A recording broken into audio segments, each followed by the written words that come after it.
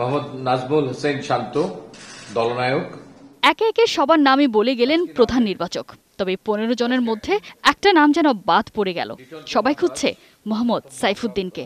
কই, রিজার্ভ বেঞ্চেও তো নেই এই অলরাউন্ডারের নাম। বিস্মিত সবাই। প্রশ্ন একটাই, টি-20 বিশ্বকাপের স্কোয়াডে কেন জায়গা পেলেন না সাইফুদ্দিন? বিপিএলের আলোকে চিন্তা করে কিন্তু আমরা একটা দল গুছিয়েছিলাম। এই দলটার থেকে আমরা খুব বেশি বিচ্যুত হইনি।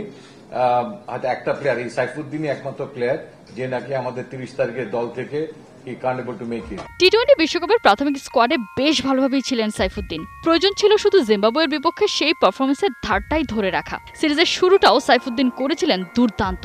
শুরুতেই ব্রেক থ্রু, কিপটে বোলিং, একেবারে প্রত্যাশা মাফিক। কিন্তু এরপরই বাধে বিপত্তি।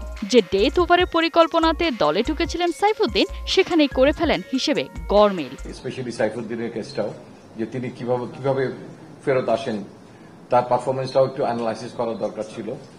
তো সেই আলোকে আমি বলবো যে আমরা আস্থার জায়গা থেকে সেখানে কিন্তু সাইফুদ্দিনকে রেখেছিলাম।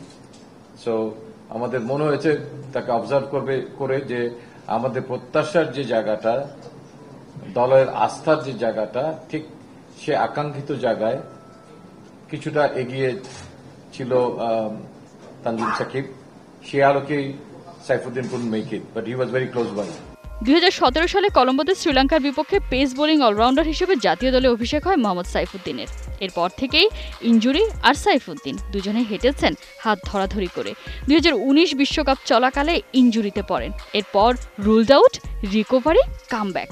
এভাবেই এগোতে থাকে সাইফুদ্দিনের ক্রিকেটীয় ক্যারিয়ার। ক্রমাগত চলে নিজেকে ফিরে পাওয়ার তুমুল লড়াই। তার ডেথ ওভারে ইয়র্কার করার যে অ্যাবিলিটিটা ছিল, সেটা অনেক কম পরিলক্ষিত হয়েছে। সেখানে আরো অনেক উন্নতি করতে হবে। আমার মনে হয় যেটা ঘরোয়া টুর্নামেন্টে করেছে, সে তার সঙ্গে ইন্টারন্যাশনাল ক্রিকেটে এসে একটা তারতম্য আমরা লক্ষ্য করেছি।